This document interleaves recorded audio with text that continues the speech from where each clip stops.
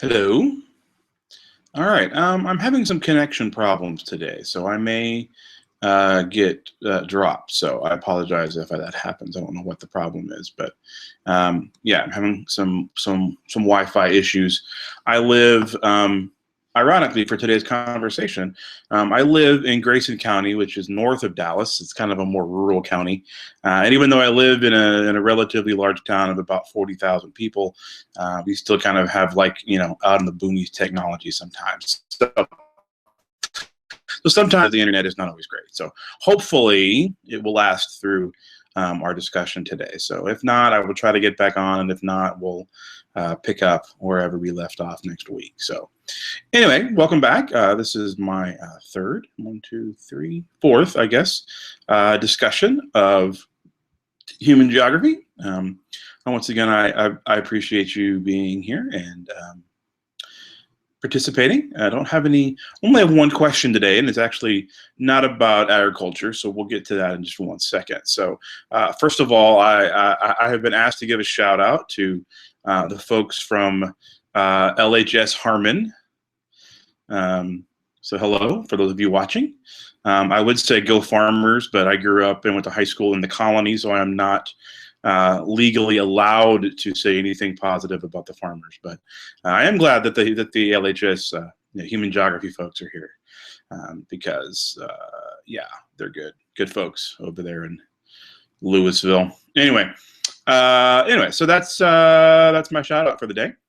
Let's go ahead and get down to some business today. So we're going to talk mainly about agriculture today, but before we do that, I want to get to the one question that was asked, and that was asked by Chris. I'm assuming this is my teacher friend Chris that I've been emailing with. Anyway, and he asks what map projections that we should memorize and know about, and oh, my wife's pizza is done. And what should we know about things like GPS and GIS and things like that?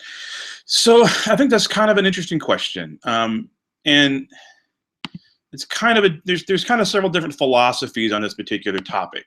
So I did not start our review sessions with the Traditions and Perspectives unit, even though the course kind of does, and I start my course with it.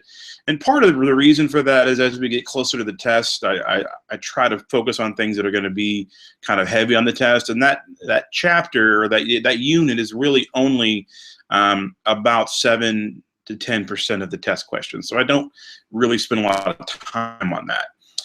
But since the question was asked, I will go ahead and address it to the best of my abilities. I don't know that there is any particular map projections that need to be memorized. What I do think is important about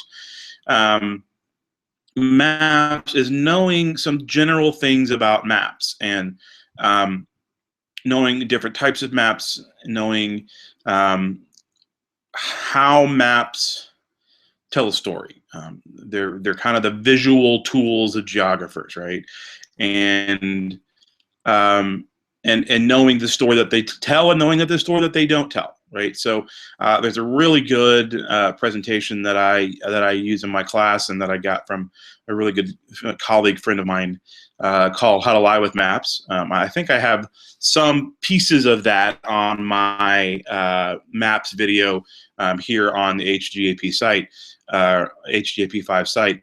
And basically what it comes down to is there's a couple of types of maps. When we talk about projections, which is what the question actually asked, is anytime you're taking this sphere, so if you take an orange, this is a very common metaphor that some teachers use.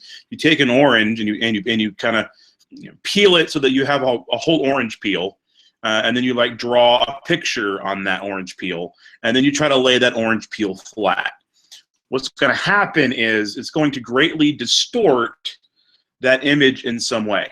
And that's what every map does, because a map, especially when we're talking about projections, is trying to represent a three-dimensional spherical object on a two-dimensional flat surface. So what ends up happening is that distortion happens. Every map maker and every projection makes choices about what distortions and exaggerations it's going to allow. Okay, and so really that's what you really want to understand about the idea of projections, is that everyone is distorted. Everyone chooses to focus on different things, usually based on the purpose of the map. So things like the Mercator projection, for example, which is one of the more common maps that we use, was developed in order for navigation across the ocean. So it's most accurate, that was my cat, most accurate right in the middle of the map, so around the equator and moving out. As you move north and south of the equator, it becomes more and more distorted, because that's where the sailors were going back in the 16th, 17th, 18th century when it was created. So the Mercator projection distorts things that way. There's equal area maps that want area to be the same. There's maps that focus on fidelity of location. So everyone has some kind of distortion to it. Everyone has some kind of thing that they manipulate in order to make the image. A lot of my vocabulary deals with discussion of maps. I'm sorry, with discussion of the show The West Wing. There's a really good West Wing episode, and you can find a clip of it on YouTube, where one of the characters, CJ, is meeting with an organization called Geographers for Social Justice. And basically, they're talking about how map projections and how they're used can actually influence people's perceptions and lead to some inequalities. Now, I'm not necessarily arguing that, but they do have some interesting examples of those ideas of how map projections can be skewed. The other map concept that I talk about in the video that you might want to go ahead and watch is when we talk about maps that show data. So in informational maps or maps that show data in some way, they can be manipulated in the same way. Okay, geographers have to make choices, and this is true of everybody. Okay, everybody has to make choices about what they choose to report or choose to show or choose to use based on, once again, the story they want to tell or the data that they want to show. So you can use all kinds of different things in order to manipulate data to show different things. It doesn't mean that those maps are necessarily wrong. It just means that you need to take them with a grain of salt and say, okay, what does this map tell me? What is this map not telling me? And is that not telling me piece significant enough to change the meaning of what is presented? And good geographers are going to leave things out that are not significant enough to affect the actual image itself or the message that it's telling you, right? So that's kind of what I would know about maps. I don't know that I would necessarily focus on memorization of those so much as I would maybe looking at some and maybe trying to identify where those manipulations occur.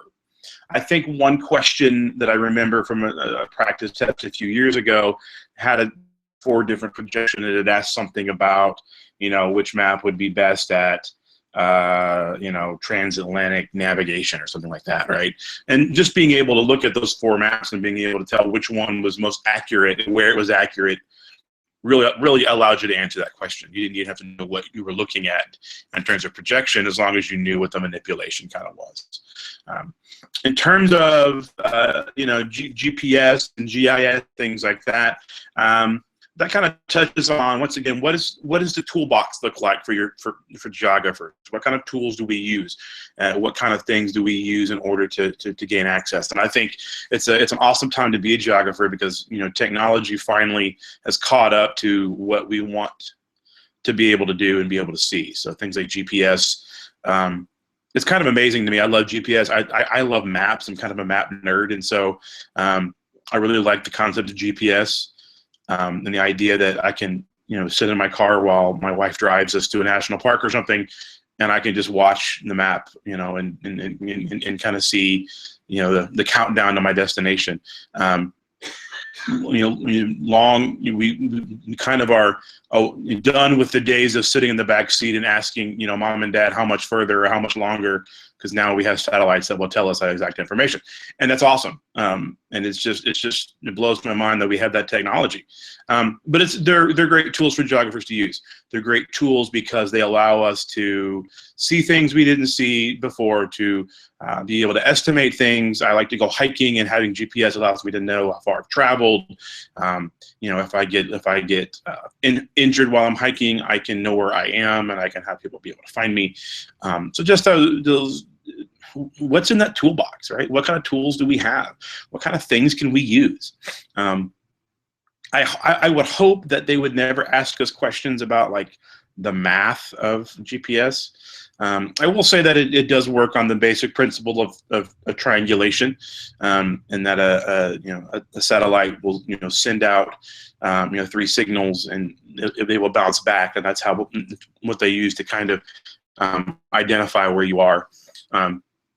And the more signals they send out, the more accurate that they are. So anyway, those are some of the things that I would look at in terms of Chapter 1 or Unit 1. If we have time at the end, I'll go more into Unit 1. But once again, it is a very small portion of the test. There have been no FRQs ever from Unit 1. And these are just some of these toolbox questions that I think are important conceptually, but not necessarily in terms of things to know directly on the test. So I've got some people hopping in and out. I see that I have about 5 or 6 or 7 viewers. That's cool. Thank you. If you weren't here at the beginning, shout out to LHS Harmon. Awesome. All right. So let me spend the rest of this time today talking about, by the way, LHS Harmon. I heard that you guys went on an urban tour of Dallas. Which is cool.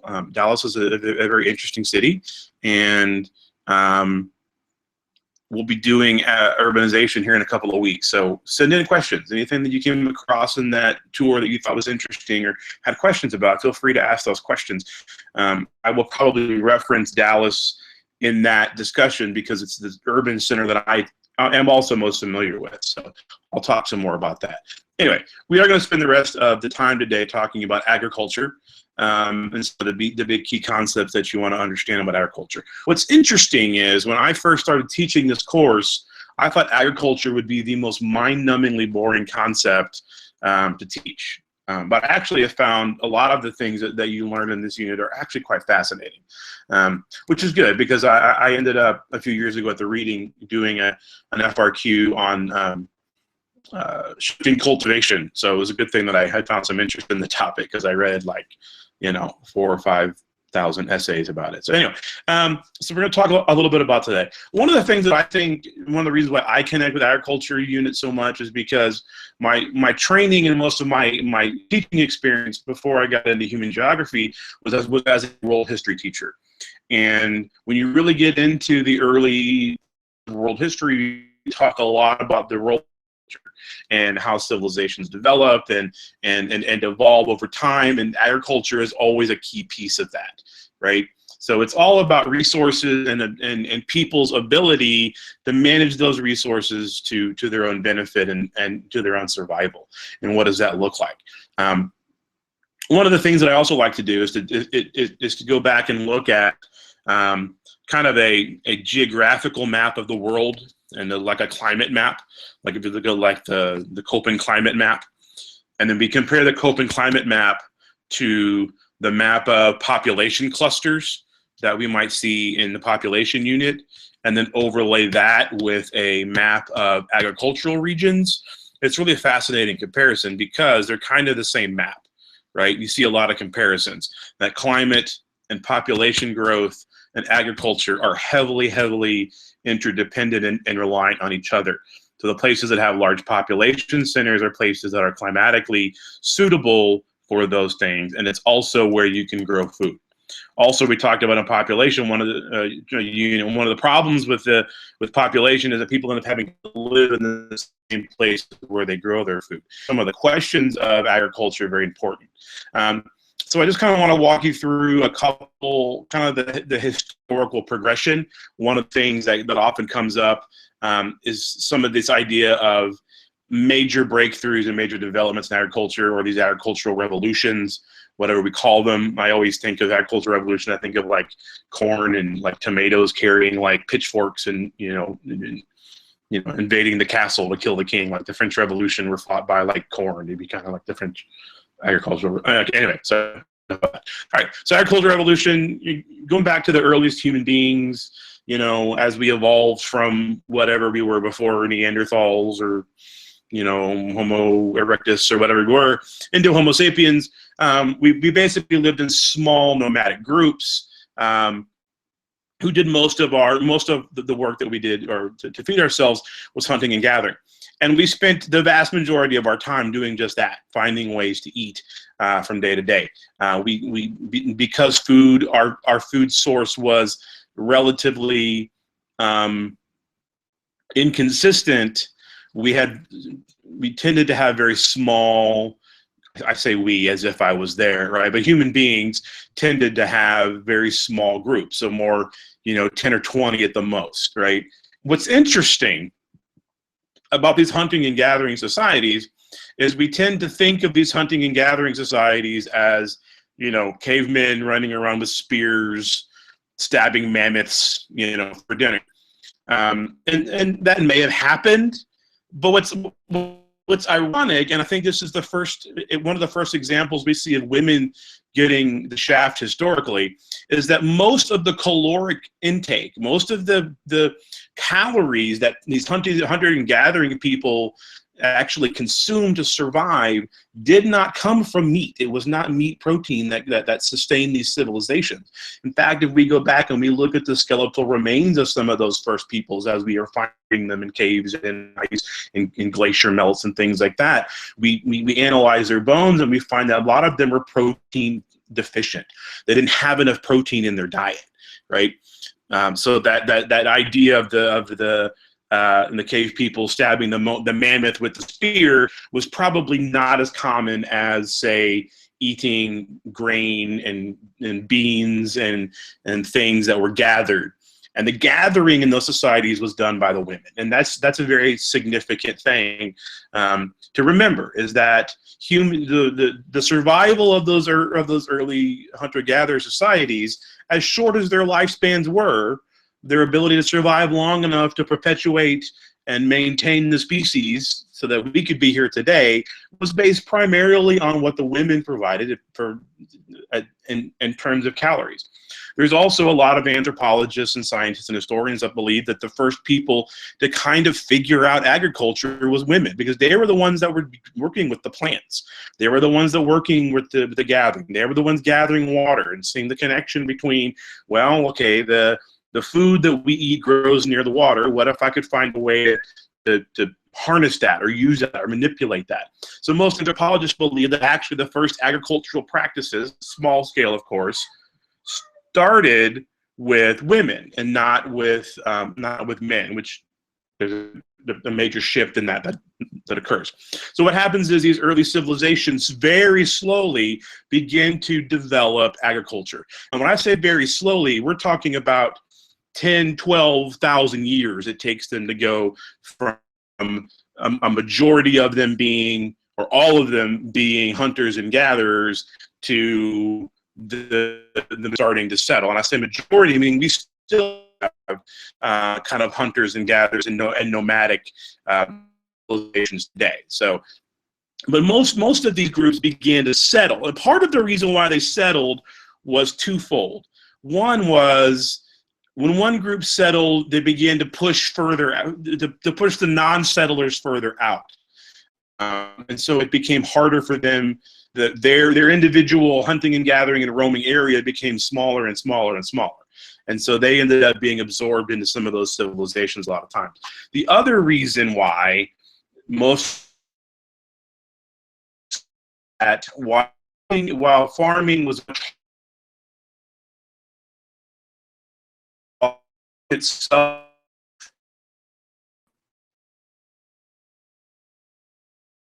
a stable, right? The ability to control and maintain and manipulate stable. He's not going to be food insecure and worry about eating every day. Also, what this does is because you have a stable food supply, much higher caloric intake means healthier people. Healthier people means more and healthier babies, lower infant mortality rates, and the population itself begins to grow. All right. So as the population itself begins to grow, these small farming communities begin to grow into larger cities and larger civilizations. And as these civilizations grow, they become more and more and more and more complex.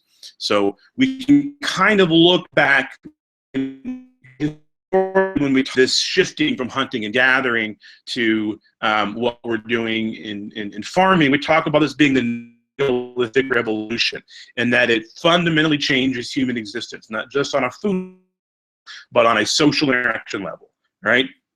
These societies begin to have job differentiation. We have a surplus of food, not to scribes. Now we have traders. Now we have, a more complex religious system that people fill roles in that. We have a more complex political system. So all of these things are a direct result, or maybe one or two steps removed from this idea of agriculture. All right.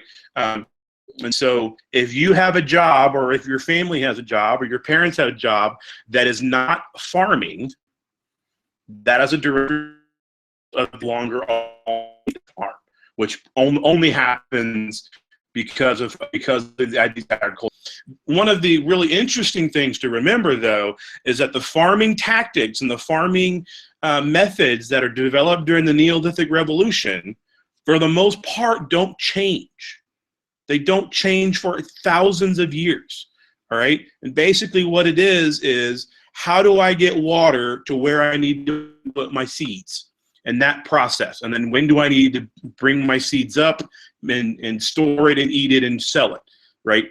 And so, but that process remained relatively unchanged until probably the Middle Ages. So probably until the 10th, 11th, 12th century. Then it got slightly more complicated, but really none of those major changes happened until the Industrial Revolution.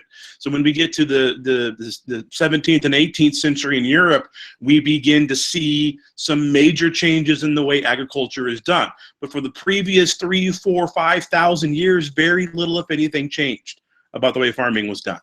Okay, and so if we look at the Industrial Revolution, one of the things we see is the invention of things like plows, like seed drills. We begin to see new techniques in terms of the ability to transport food far longer distances, the ability to store it and preserve it longer based on some of these technologies, right? We begin to see some differences in agricultural land use patterns. So the British, for example, early days of the Industrial Revolution, right before, begin to limit land ownership and begin to take away what used to be called the commons, or common lands, which was the piece of land that was set aside by the king and on every manor that was open for everybody to farm for their own use. Now they were only allowed to farm it on Sunday afternoon, but that land was taken away and sold privately, and so land use patterns began to change. And what we began to see was commercial agriculture begins to become a thing, right? For those first 4,000 or 5,000 years, agriculture was all about subsistence. We're going to create enough to survive on, right? And that was always the way it was. And then and even though it was better than hunting and gathering, you still had times of drought, you still had times of famine, had times in which were never allocated the way they needed to be. We ended up seeing that with the Industrial Revolution, we once again, this goes back to the population unit. Malthus talked about this huge population increase. That population increase can be tied back to the quality of the agriculture done. We're doing it more efficiently, we're doing it more effectively, we're able to feed more people, able to have higher caloric intake, live healthier life, have a lower mortality, higher life expectancy. Anyway,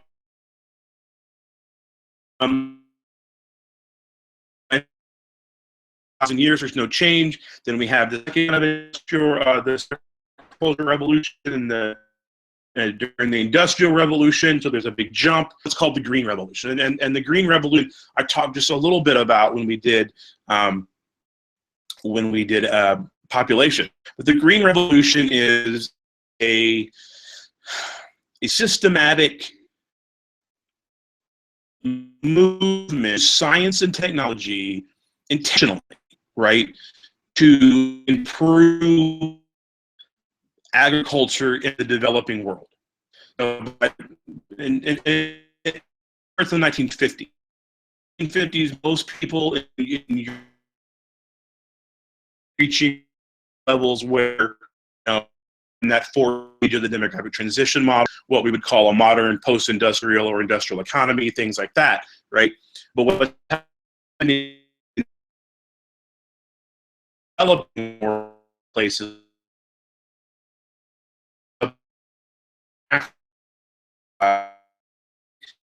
and they're able to get that, right? And their population is growing, resources can support. So it's not it was in the early 19th century, but in the developing world. And scientists began to go, okay, how can we solve this problem? What can we do? They begin to go into looking at genetics. At this time, genetics is a relatively new and emerging field in science. And they say, okay, if we take the best pieces of this strain of rice and the best, genes of this strain of rice and we put them together, what do we get? Over time, they began to create these things that were like super seeds or super grains, right? They would have more caloric value. They could splice and create new strains of grain that could be hospitable to the climate, right? So they could produce things that would grow much faster. So you could have multiple harvests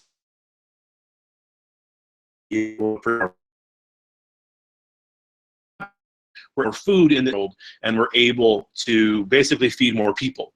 And in general, there's nothing wrong with that. Being able to feed people, making people dying of starvation or having fewer people, die of malnutrition is a good thing. It's an absolute good. But there's some trade-offs to the Green Revolution, right? There's some trade-offs to the way that technology is used. One is GMOs. I personally see GMOs. The scientist says, however, there are a lot of people that have some reservations about genetically modified food, right? Food that's created by splicing genes and things that are less natural occurring. And what I will say about those is that we don't know the long-term impact of that. We know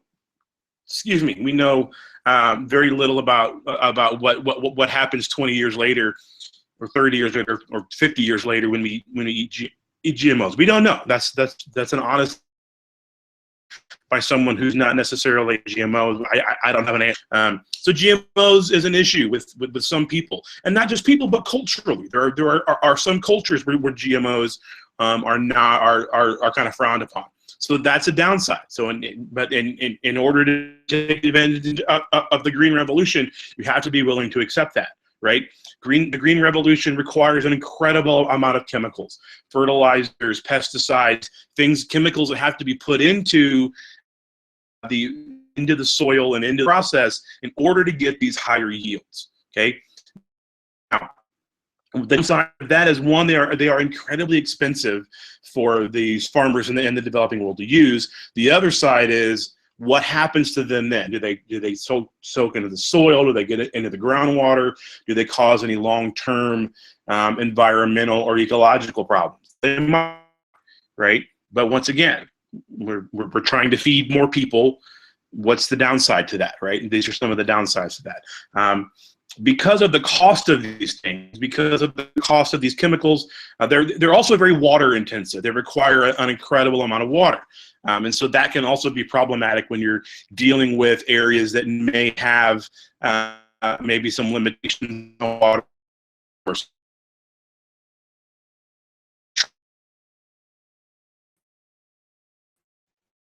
With water naturally occur where my family is from, fights over water. Anyway, so that's an issue. One of the other important things is that because of the cost of all this, because of the cost of the mechanization, the chemicals, the water, the land that you have to be able to grow more, what's up happening is that it really benefits the wealthier farmers in these areas the most because they have the resources to put in. That over time, it becomes hard in the W by others or become sharecroppers or have to not arrangements in order to survive. It kind of in some ways exacerbates the already existing kind of social hierarchy or social class structure within these agricultural societies. So there's a trade-off, right? Yes, more people are eating, and I don't ever want anyone to think that I'm not in favor of eating. You don't never get to see liking to eat, but the trade-off to that is there is these environmental, social, economic consequences from choosing these methods of going about that, right? So the big challenge now in this industry is how do we do this while at the same time accounting for these other kinds of things, okay?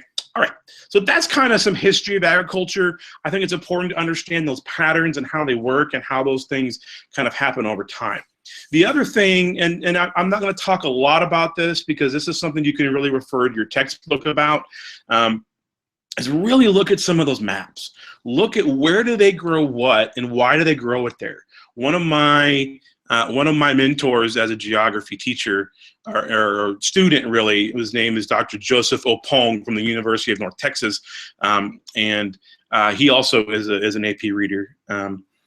And one of his favorite sayings is geography is about what is where and why is it there and why does that matter. So one of the things that when you think about agriculture that I really recommend is that you go back and you look at those maps.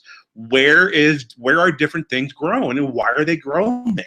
And I can almost guarantee you, if you look at those agricultural maps and you compare them to climate maps, that answers your question, right? We grow stuff where we can based on the climate, based on the soil resources, right?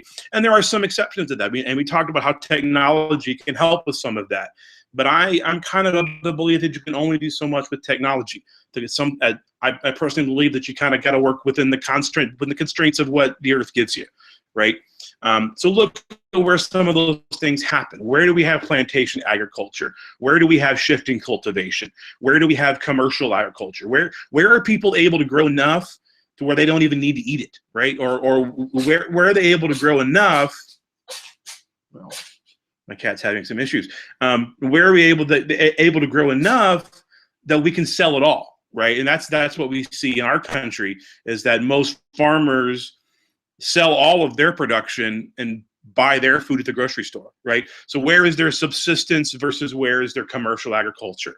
Where is that subsistence intensive, meaning that we put a whole lot into the ground in terms of manpower in order to get that out, right? So if we look at Southeast Asia, if we look at East Asia, if we look at India, if we look at where those population clusters are, that's where that intensive subsistence happens, right? So we have to have a lot, we have to get a lot out of a little, right? And yes, technology can help with that. Where do we see Mediterranean agriculture? What types of products are grown there? Okay, so look at those maps and study those and look at the relationships, because that's a lot about what geography is about. It's not just about what is where and why is it there, but it's about why does that matter piece and what are those relationships that make those two things relevant to each other. Okay, all right. So look those maps and study them. All right. So I'm not going to spend a lot of time today saying this agriculture is grown here, this agriculture is grown here, this agriculture is grown here. What I do want you to think though about is those relationships. Okay. A couple more things. One, let's talk a little bit about von Thunen. Von Thunen. I don't know what it is about geographers, but there's a lot of German geographers that you probably will come across or need to know. One of them is von Thunen. So von Thunen is a German He may actually be Dutch. He's German speaking. I don't know, one of those Central European countries. And he's writing. He's kind of studying land use patterns in rural areas in the 19th century. And he begins to see some interesting patterns. And basically, if we look at von Thunen, what we can see is a series of concentric rings with a market at the middle, some kind of market at the middle, and a series of concentric rings that go out from that. They're very similar to, when you get to it, or if you haven't yet, the Burgess model of urban land use, right? But this is kind of the earlier rural land use pattern, right? So we start with a market at the middle, one place in which the majority of the population is, in which the majority of the sale and exchange of goods is concentrated, where that happens, right?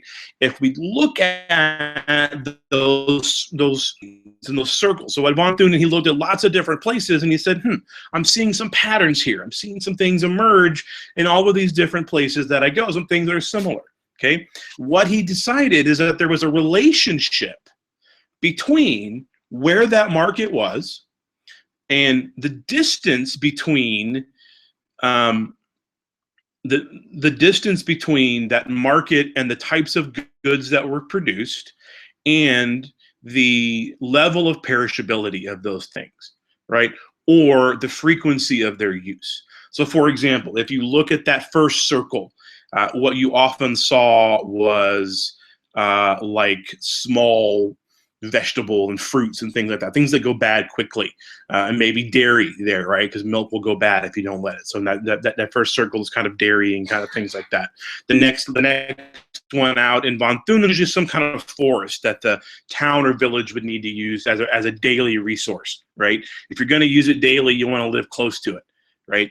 Beyond that was like large-scale grain production, so wheat or corn or whatever, because that stuff doesn't go bad very quickly. So you can afford to load it into a cart or load it onto a train and transport it a long distance to the market, right? And it won't go bad, where the fruits and vegetables will. So they have to be close, right? And then the furthest ring out was large-scale livestock herding. So sheep and goats and cows. And what's great about sheep and goats and cows is that they can transport themselves. They've got 4 feet. They walk. You can get them down the road. I mean, you may have to prod them. You have to use a dog and get them down the road, right? But they don't go bad until they're dead, and you don't want to eat them at that point anyway, right? And if they die of natural causes, you don't want to eat them, right? They don't go bad. You can kind of shoo them along the road until they get to the market. You sell them, and then So he began to see these patterns of these concentric rings, of these concentric land use rings that begin with that central market. Now he does make some assumptions. He's like, okay, what do we need to hold constant, or what do we need to take out of the equation in order for this pattern to kind of hold up over time? And so he said things like, one, you have to have that centralized market, and only one market. If you have other markets, that skews up the pattern, right? When we have to have fairly flat land, we have to have land that is at a relatively equal quality. We can't have any outside trade going on in order for this model to kind of be true. And when you look at his list of exceptions or his list of assumptions, they're pretty long, and you're like, no, wait a minute, von Thunen. If these things actually happen, how can we hold all of these things true? And how is your model valid if all of these naturally true things have to be taken out of the equation? And so I would say that's a good question. However, there's some really interesting maps out there of modern day rural land use that support this idea, of the same kind of patterns. If you look at a map of the United States, and if you look at New York City being the market, and then you look at agricultural land use that emanates from New York City, you see some of those patterns, right? You see around New York City, you see orchards and things like that. And then you know, the next band out, you get to the Midwest, where you've got, you know, some dairy states, and you've got some grain growing states, you know, in the Ohios and in the Indianas and in the Illinois. And then you start to get into the West, where it's drier, and that's where you have cattle and things like that. So you actually can see some of those same patterns.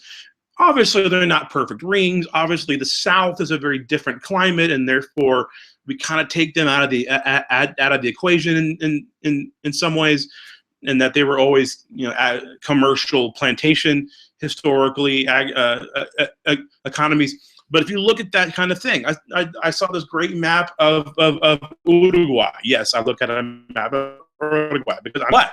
On this map of Uruguay, if we take the capital of Uruguay, Montevideo, which is right on the coast, and we look at the rural land use around it, it very closely resembles von Thunen's model. So these are modern maps of modern places that are using some of the same patterns. Now, you could argue that these patterns developed long before these places were modern, that this is a legacy of pre-modern societies, or a legacy of pre-industrial societies, and that's probably true. But they haven't really changed. The economies of those areas are still tied to those commodities, tied to those crops. Now they can cover a much larger area because of transportation. They can cover a much larger area because of, you know, some other technological innovations that have happened, than things like that. But the basic model still holds true. The basic model still works, right? And those are always some things that were very fascinating to me. So I would be familiar moving forward with von Thunen, not just in the patterns, but what are some of the criticisms? What are some of those assumptions that he makes that may or may not be accurate, but at the same time, you know, how does that work? All right, we got just a few more minutes, so I wanted to talk a little bit. We've covered some, I think, some of the big concepts in agriculture. We've talked about the revolutions. We've talked about von Thunen. You know, I've kind of reiterated the maps and knowing where things are relative to climate and relative to population centers. The last thing I want to talk about a little bit is commercial agriculture and agribusiness. This is also kind of controversial in some ways, not necessarily in all, and that is the, I guess, complete commodification and large-scale distribution and production of agriculture, especially in the U.S. and other places too. And what we've seen is, if we go back to the 19th century in the U.S. and we go back to, you know, the frontier, you know, and people moving into the frontier and building their little log cabins, or their cabins made out of sod, or their cabins that are built underground, or whatever kind of cabin, you know, people lived in the 19th century. And we start with this, you know, this idea we're taming the frontier, and we're going to bring the land under our control, and we're going to make it productive, and all those kind of things. All those things happen. All those things were part of the American the economic narrative of American history. Now, I would argue the land wasn't necessarily ours, but that's a whole nother topic for a whole nother time. So we have this idea that America is founded individual farmers and the sweat of their brow and the mule pulling the plow and all those kinds of things. And all that's completely true. However, over the last 50 years, especially after World War II, we've seen a proliferation and kind of shift in the way that agriculture works. From a small-scale individual farmers growing crops and products and selling them either to their neighbors or to a co-op or to within a very small circle, to large companies and large industries using what we call economies of scale. And economies of scale basically means, on an economics, in economics, you can do a lot of something, the cost of that to us goes down. So it's kind of like the Costco principle, right? If I can buy, you know, 7 gallons of pickles, I'm actually going to pay less per pound or less per pickle than if I buy 7 pounds of pickles, 1 jar at a time, right? So that's the idea of scale, economies of scale. So what economies of scale in the terms of agriculture says is the more land that I can buy, the more machines I can use, the more um, technology I can implement, the cheaper it is for me to produce, and therefore the cheaper it is for me to sell. So I can turn around and put those things on the market for much cheaper, which means your avocados are cheaper, your bread is cheaper, your rice is cheaper, things like that. So they use this idea of economies of scale. And so what we see is, you know, a lot of agricultural land over time being bought up by large corporations and then used in this large scale way. And so you might say, so we're making food cheaper. Isn't that a good thing? Yes, it is. Let's be honest. Cheaper food means cheaper food. There's no negative to that, except for what it does to the economies of some of these places. And that what happened to those farmers? What happened to that small farmer that owned that farm that was bought out by the big one, right? What happened to the workers that maybe worked on those farms that were no longer needed because the big corporation has you know, machines that come in and do all the work and leave kind of the agricultural workers kind of holding the bag, right?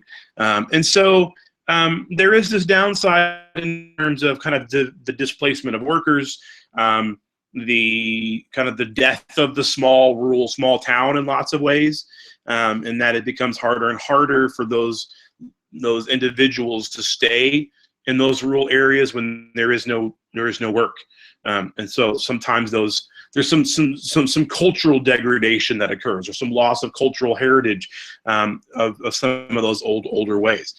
So when we talked about culture, we talked about pop culture being a threat to folk culture. I think you could argue that some of the economic forces of agribusiness could also be blamed in some ways for the pressures that folk culture sees.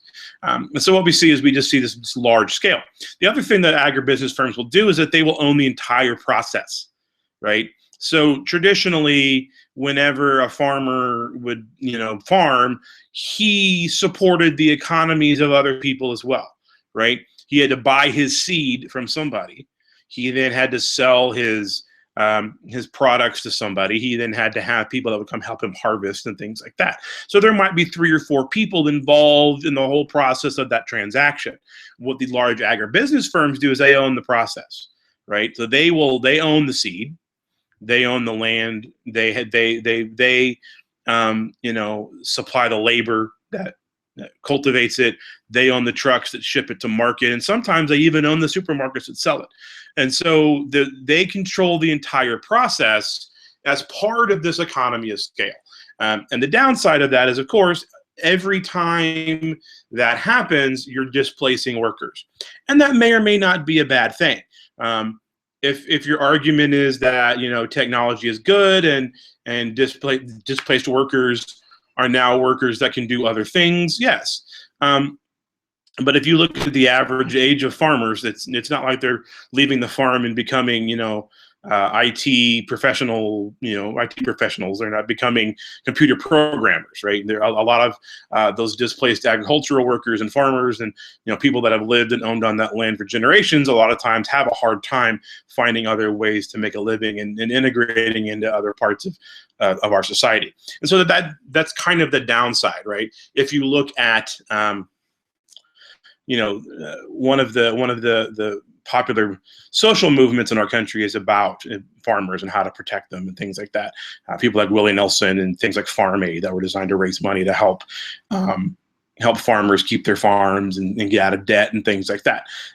So yes, I mean, food is getting cheaper, but at the cost of a way of life, at a cost of, you know, some personal and individual you know, livelihoods at the same cost. So there is a trade-off. There's a human cost to that money that we save on that, you know, corn on the cob on the 4th of July. Anyway, all right. So that's agribusiness, and I don't want you to leave here and think that I'm this horrible anti-business person.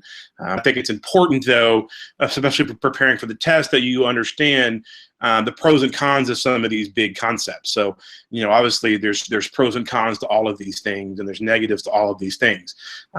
These are just the kind of questions that they ask on FRQs. So they will ask you, well, what is the pro and con of this, or what's a positive and negative of this? So being able to understand that there is a downside to agribusiness, and there's an upside to agribusiness. There's a downside to the green revolution. There's an upside to that. All of these things that we've talked about, kind of having two sides, one positive, one negative, one short-term, one long-term, things like that, being able to understand those relationships. And that's really one of the key things that you should take out of some of these discussions that we're having, or that I'm having with myself and you're hopefully listening to, is what are those relationships? What is this thing that's happening spatially in the world, and what is this thing that's happening, the other thing happening in the world, and is there a relationship between them? And if so, what is that relationship and how does it work? If you can understand those relationships between the concepts that you are learning. Now, as we move forward, starting this week and then the next 2 weeks, our scale is going to get larger and larger and larger. So next week, we're going to talk about industrialization and economic development, which is a massive concept, right? Then we're going to end with urbanization. So you Dallas, field trip folks, send in your questions, okay? But one of the things that happens about this point in my course and in my review is we begin to shift from kind of the micro level of analysis, looking at individual and cultures and individual identities and languages, individual religions, and how individual people relate to geography and relate to the earth and relate to these systems. When we start agriculture, we begin to look at how much larger systems interact with people and how much larger systems interact with each other. Okay, so when we start to get to the end of the course, we begin to see how, well, wait a minute, agriculture touches everything. It touches politics in some ways. It touches culture a lot. It touches population a lot. Next week, we're going to talk about economic development and industrialization. That touches everything. Everything that we've learned and will learn is touched on by these last couple of big concepts. So you need to be able to understand those relationships. You need to be able to talk about those and discuss those in depth and in detail and using specific examples, right? Those are so crucial to those concepts, as you understand the relationships and interactions. All right, so that's where I'm going to leave off today. Thank you for the question that I got. Feel free to ask more. Remember, next week is in industrialization and economic development, and that's about all the time I have. Go Farmers.